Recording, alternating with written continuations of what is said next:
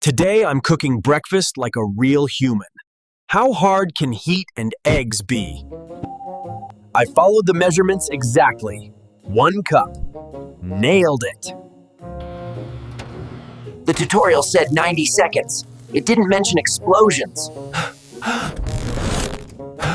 This is fine. It's fine. This is normal. I'm still a chef.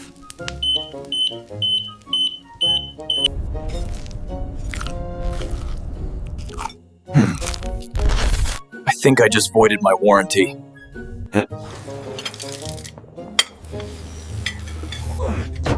Humans do this every day? Anyway, 10 out of 10 experience. Never doing that again.